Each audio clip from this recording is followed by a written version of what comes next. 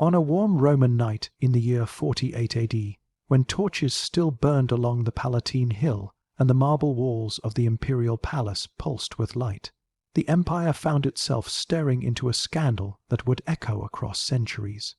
Rumors of an extraordinary contest were already drifting through the taverns, brothels, and streets of the capital.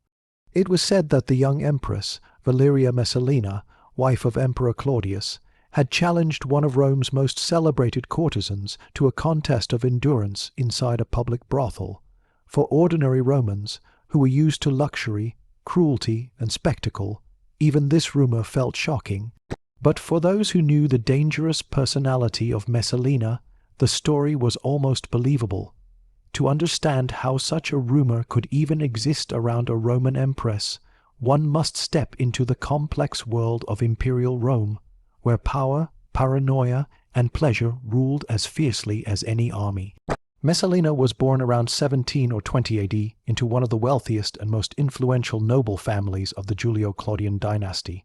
She was the daughter of Domitia Lepida and the granddaughter of Antonia the Elder, tying her bloodline directly to Mark Antony. From her earliest years, she was raised within the luxurious and politically charged environment of Rome's aristocracy. Young women of her status were expected to learn elegance, loyalty, and political discretion. But Messalina was learning something else, how to survive and how to manipulate. By the time she turned 15, Messalina's beauty was already the subject of discussion among Rome's elite. She was ambitious, clever, and fully aware that her family connections placed her only a few steps from the throne. When the middle-aged Claudius, who had long been considered politically weak due to his limp and speech difficulties, was unexpectedly elevated to emperor in 41 AD after Caligula's assassination, fortunes shifted dramatically. Messalina found herself transformed overnight from a noblewoman into the most powerful woman in the world. Her marriage to Claudius had political motivations, but it also served as a mask behind which she could accumulate influence. Claudius, busy running the empire and trusting those around him, gave her freedom. Messalina used that freedom to carve out a network of allies, clients, and lovers who would owe her loyalty. She exploited the fears of the emperor, the ambitions of senators, and the greed of freedmen. With each favor granted and each rival eliminated, she became the true force behind the imperial court. But unchecked power is dangerous, especially in a society where gossip traveled faster than chariot wheels. By 42 AD, whispers of Messalina's private life had already begun to spread. Ancient writers like Juvenal, Pliny the Elder, and Cassius Dio described her as a woman consumed by desire and ambition. Though their accounts are often colored by political motives or moral exaggerations, they reflect a central truth. Messalina was feared for her unpredictability and her influence. Her enemies painted her as Rome's ultimate femme fatale, a person whose passions and political strategies were inseparable. Yet the Roman Empire was not a place of moral purity. Emperors before her had indulged in extravagance, musicians, gladiators, and exotic lovers. But what set Messalina apart was the scale of her alleged actions and the public nature of many of her choices. The streets of Rome were filled with stories of her sneaking out at night wearing a wig, wandering into the city's seedier establishments to sit among sailors, slaves, and strangers. There were stories of secret gatherings inside her private gardens, where musicians played late into the night and courtiers drank wine mixed with honey and spices. The rumors were so widespread that even those who doubted them admitted that Messalina's personality made them possible. But behind the tales of pleasure was a darker truth. Messalina was dangerous because she understood power better than most men in Rome. She could elevate a family with a single word to the emperor, and she could destroy a senator's career with a single accusation. Many feared her, some admired her, and others waited quietly for the moment when her ambitions would overstep her limits. That moment arrived slowly, like a storm gathering over the Mediterranean. In 47 AD, Messalina reached the peak of her influence. Claudius was increasingly dependent on her advice, and her rivals were either exiled or executed. Her wealth grew as she seized properties from those accused of treason or immorality. Her patronage system stretched through every corner of the court. But her personal life, filled with secret escapes and illicit encounters, made her vulnerable to manipulation. Several individuals within her inner circle began using her nocturnal adventures for their own benefit, securing favors in return for silence. It is within this context that the most infamous story connected to Messalina emerged, the alleged public contest with Rome's top courtesan, a woman named Scylla, or sometimes called Lysiska, depending on the source. According to the Roman historian Juvenal, the event took place inside a brothel in the Subura district, a crowded and noisy neighborhood known for gladiators, merchants, and nightlife. The story claims that Messalina disguised herself and entered the establishment, issuing a challenge to the professional courtesan. The contest, Juvenal wrote, lasted through the night, with Messalina refusing to stop until she had outlasted her rival. The accuracy of this tale has been debated by modern historians. Many believe it to be exaggerated political propaganda meant to destroy her reputation after her downfall. But even if embellished, the story became part of Roman memory, passed down through generations as a symbol of imperial excess. Why? Because it reflected the fears of the Roman people. Messalina represented the chaos that could erupt when the imperial palace lost control of itself. She symbolized the tension between public morality and private indulgence, the idea that an empress, the symbolic mother of the empire, would participate in a public contest inside a brothel shocked the population. It suggested that Rome's ruling family had fallen into corruption and madness, just as they had under Caligula, and for a society built on honor, discipline, and hierarchy, scandals involving the emperor's wife were never just private matters. They were political dangers. As these rumors swirled throughout the capital, an even darker plot was developing behind the scenes. Messalina's ambitions were rising to a new level, and the imperial palace was moving toward a crisis that would expose her most dangerous decision, a decision that would ultimately push Claudius to the breaking point and seal her fate forever. By early 48 AD, Rome was no longer simply whispering about Messalina. It was murmuring, gossiping, and even laughing in the smoky corners of taverns. The rumors surrounding the Empress were becoming bolder, more daring, and more directly tied to the heart of the imperial palace. Yet few understood that what the public saw as scandal was only the surface of a far deeper political struggle. The reign of Emperor Claudius had begun unexpectedly and by chance. After the assassination of Caligula, the Praetorian Guard found Claudius hiding behind a curtain and proclaimed him emperor. His rise was seen as a miracle by some and as a joke by others, but Messalina saw it as an opportunity. She quickly molded herself into the indispensable partner of a ruler who had never been trained for power. While Claudius studied documents, laws, and imperial accounts, Messalina studied people. She focused on weak points, ambitions, rivalries, and desires of senators, generals, and court officials. By 48 AD, she had more influence than any woman in Rome since the days of Livia, wife of Augustus.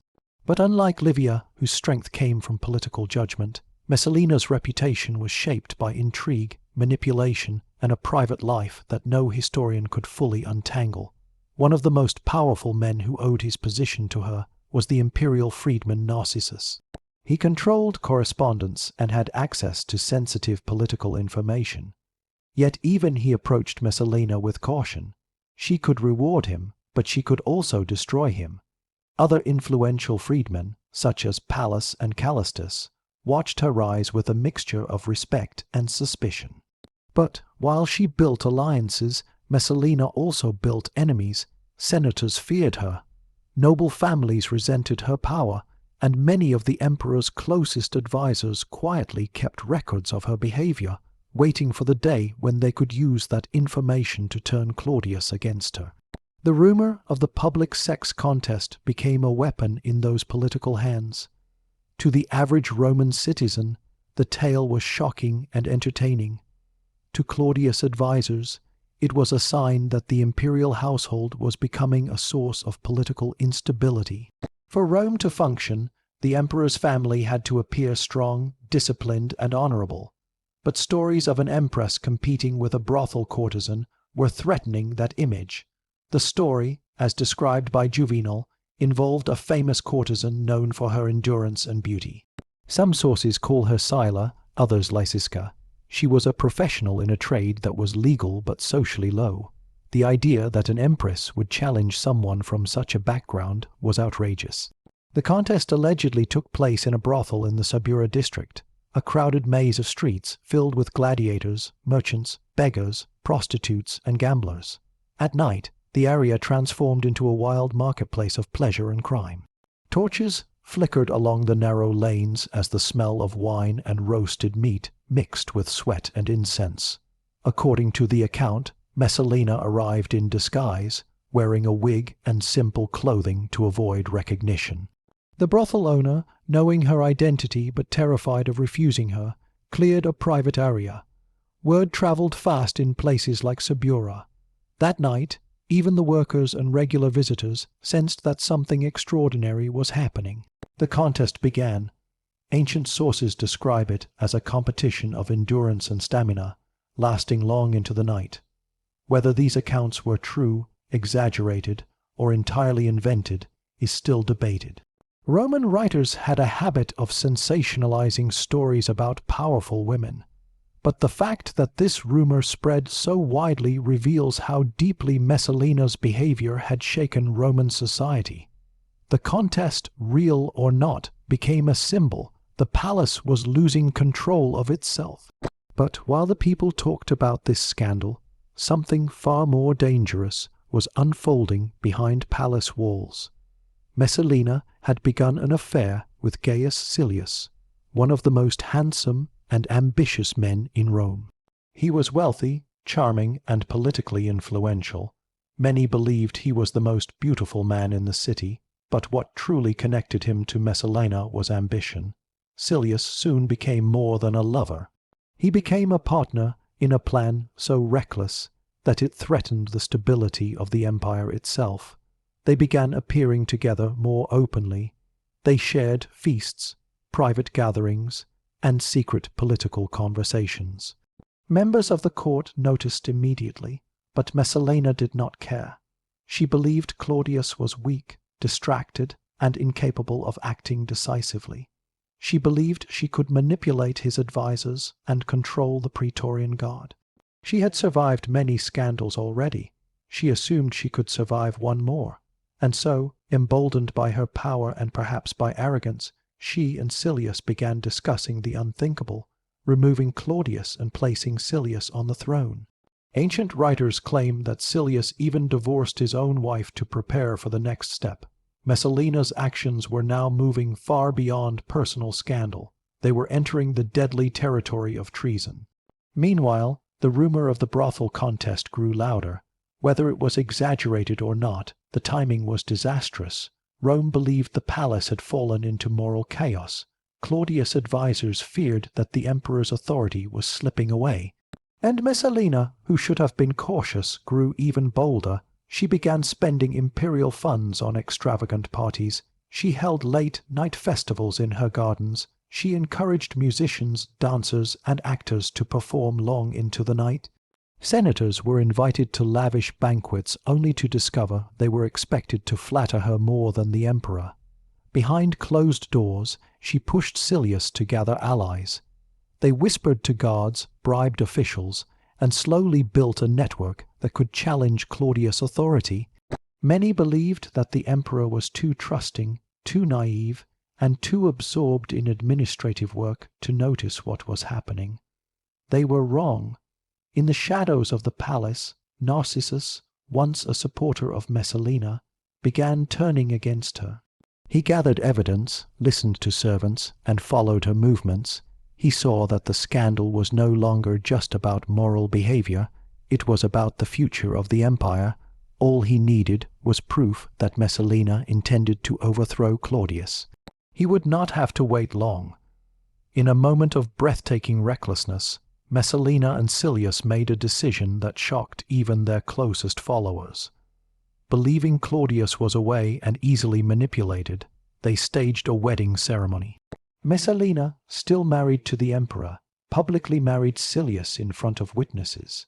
This was not rumor. This was not gossip. This was fact. The scandal that had once been confined to Subura now threatened the very heart of imperial rule. And the contest that Rome whispered about was nothing compared to the storm that was now coming for Messalina. The morning after the forbidden wedding, Rome awoke to a tension that felt heavier than the marble walls of the Forum. It was October of 48 AD, a month that would soon mark one of the most shocking collapses in the history of the Julio-Claudian dynasty. For years, the empire had whispered about Messalina's secret nights in Subura, her rumored contests, and her endless string of lovers. But this was different. This time the scandal was not hidden behind disguises or guarded palace doors. This time it was public, undeniable, and politically explosive. Messalina had married Gaius Silius while still the legal and living wife of Emperor Claudius. In the eyes of Roman law, this was bigamy. In the eyes of Roman politics, it was treason. In the eyes of the Praetorian Guard, it was a possible attempt to claim the throne. There had been scandals in Rome before, but nothing like this. That morning, Narcissus, the imperial secretary and longtime observer of Messalina's actions, made his move. For months he had watched her power swell. He had watched her manipulate the emperor, bribe court officials, and ruin political rivals. But it was the wedding that convinced him she had gone too far. Messalina's ambition had crossed the point of no return, and Narcissus knew the survival of the regime depended on exposing her. Claudius was not in the city when the wedding took place. He was at Ostia, inspecting the harbor construction meant to secure Rome's grain supply. The emperor believed the project was essential for Rome's stability. Messalina believed his absence was essential for her freedom.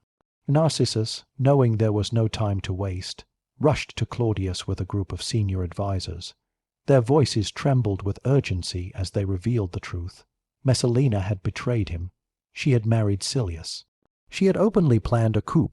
At first, Claudius did not believe it. The emperor, despite his intelligence and administrative skill, had always been blind to the true nature of his wife's actions. She had charmed him, soothed his fears, and convinced him that her enemies were his enemies. Even when she seized properties, punished senators, and hosted extravagant gatherings, Claudius trusted her completely. To him, she was the loyal mother of his children, but Narcissus insisted. He showed letters, reports, and witness statements. He explained how Silius had pressured his own family to accept the arrangement. He described the gathering of supporters who believed they were preparing for a new era in Roman leadership. Finally, Claudius understood. His face stiffened with shock, then with heartbreak, then with fear. Narcissus pressed harder. If they returned to Rome without acting, Silius and Messalina could seize control. The Praetorian Guard might be bribed. The Senate might be manipulated. Claudius himself could be assassinated. It was time to act. The emperor, trembling but determined, ordered the Praetorian Guard to prepare for an immediate return to Rome. Narcissus rode beside him, guiding the emperor's thoughts away from hesitation and towards survival. The fate of the empire depended on the next few hours. As Claudius' procession approached Rome, panic spread through the supporters of Messalina. News traveled fast in the capital. Servants ran from house to house with breathless updates. Market stalls buzzed with gossip. Messalina's allies whispered frantically, unsure whether to defend her or abandon her. Messalina herself was caught off guard. She had believed Claudius would remain unaware of the wedding for several days. She thought she had time to consolidate power, time to convince the Senate, time to secure the loyalty of soldiers. But Narcissus had moved quicker than she expected. Realizing the gravity of the situation, Messalina panicked. She ran to gather her children, Britannicus and Octavia, hoping that their presence would soften Claudius' heart. She rushed into the streets barefoot, her hair undone, her face marked by fear. This was not the confident empress who had once controlled Rome. This was a desperate woman fighting for survival. Meanwhile, Silius and his conspirators realized what was coming. Some tried to flee, others burned documents or tore up letters. Silius himself, once ambitious and fearless, knew the end was near. The Praetorian Guard, following Claudius' orders, stormed the homes of suspected conspirators. The city echoed with the sound of doors breaking, shouts of soldiers, and cries of those arrested. When Claudius finally reached the Praetorian camp, he was greeted like a wounded father rather than a triumphant leader.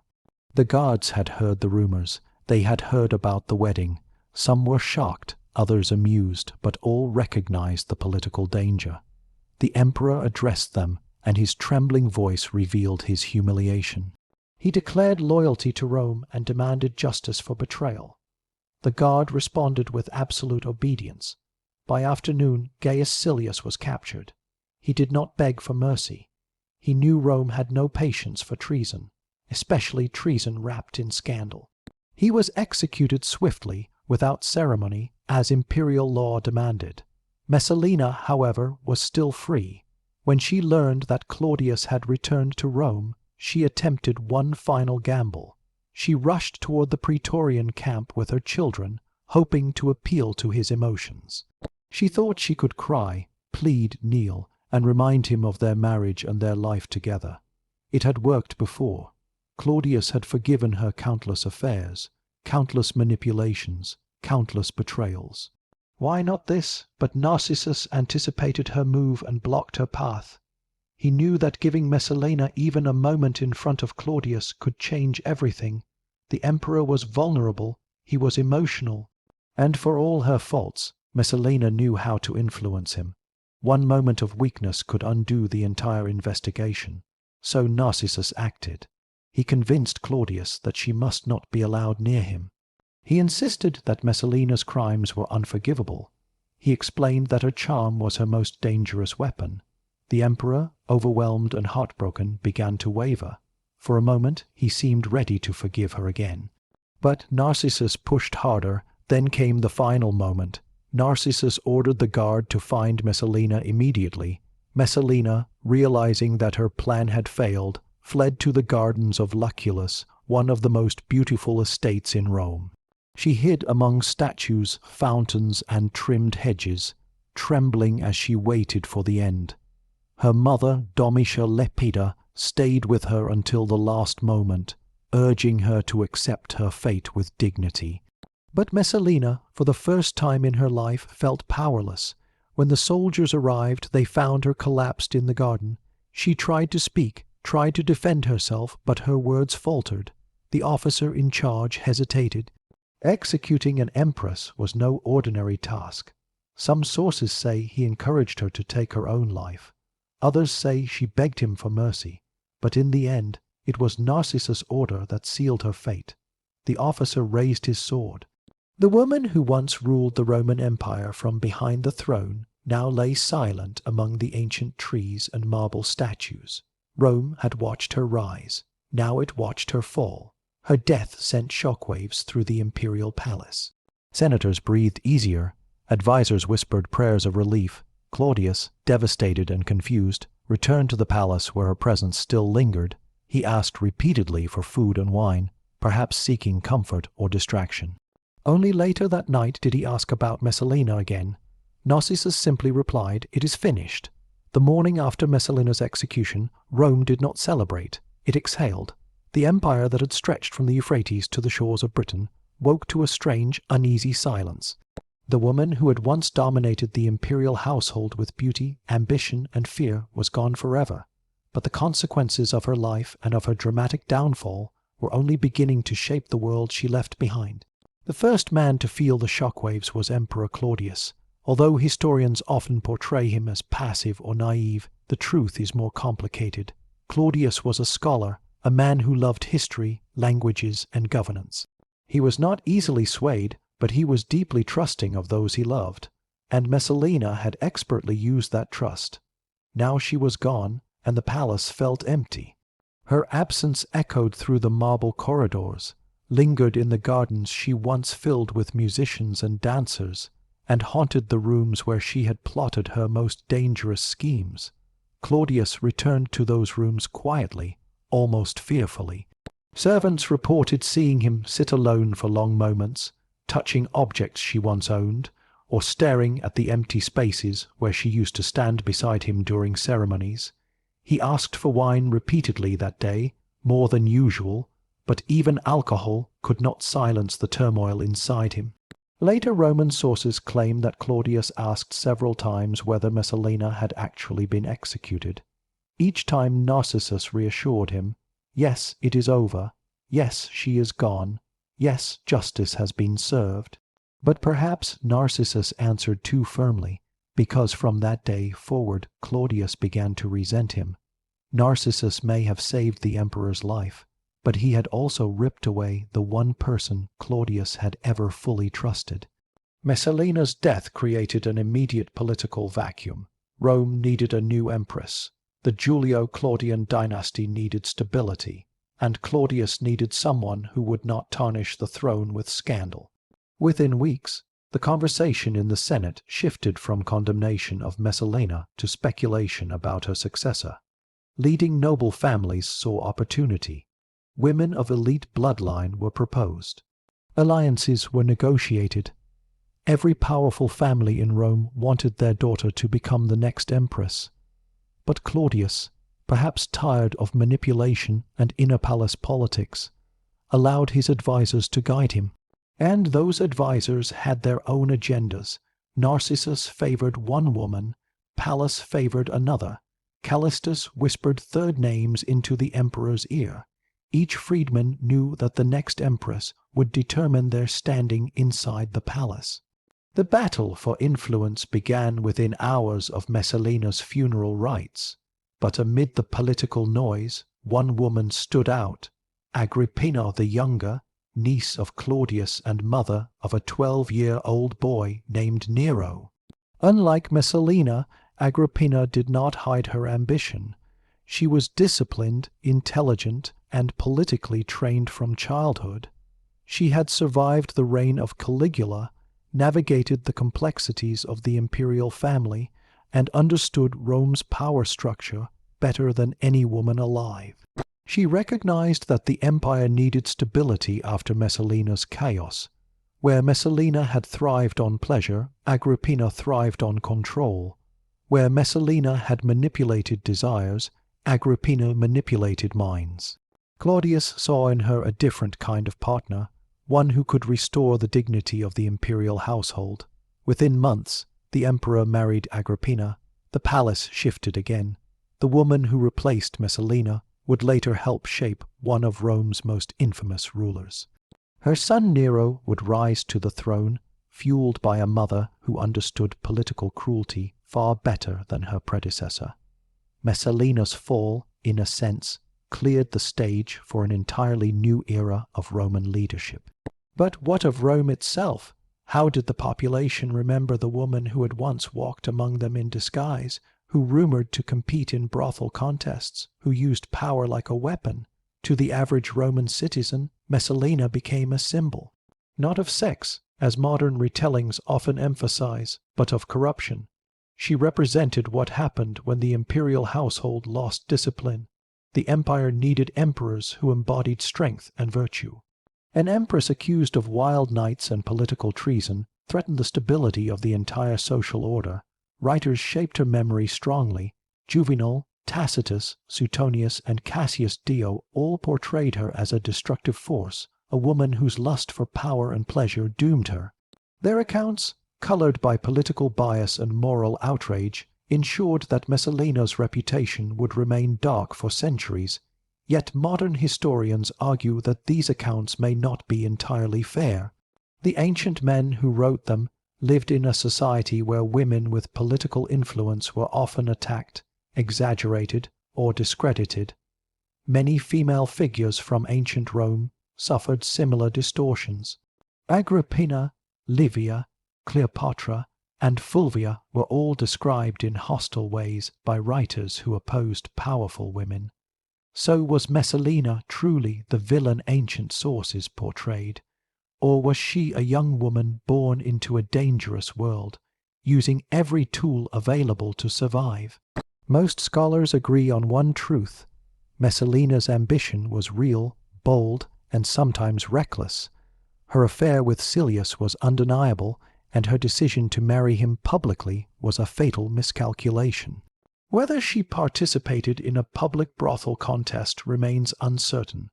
The story may be propaganda, a weapon used by her enemies to amplify her downfall. But even if exaggerated, the rumor endured because it symbolized something profound: Rome's fear of losing moral and political control. Messalina's life reveals how fragile imperial power truly was. Behind the polished marble columns and golden statues, the Julio-Claudian dynasty was built on personal relationships, private decisions, and intimate betrayals. One woman, acting in private, could shake the entire empire. In the months following her death, Claudius struggled with grief and confusion. Some sources say he never truly recovered. His marriage to Agrippina brought stability, but also new dangers. Palatial politics remained a battlefield, and the emotional wounds left by Messalina's betrayal stayed with him. Meanwhile, Messalina's children, Britannicus and Octavia, faced a difficult future. Agrippina carefully moved to secure Nero's position, placing Britannicus under tight control and arranging Octavia's marriage to Nero. Within a few short years, Messalina's bloodline would be overshadowed by the ambitions of Agrippina and her son. The gardens where Messalina died eventually faded into memory.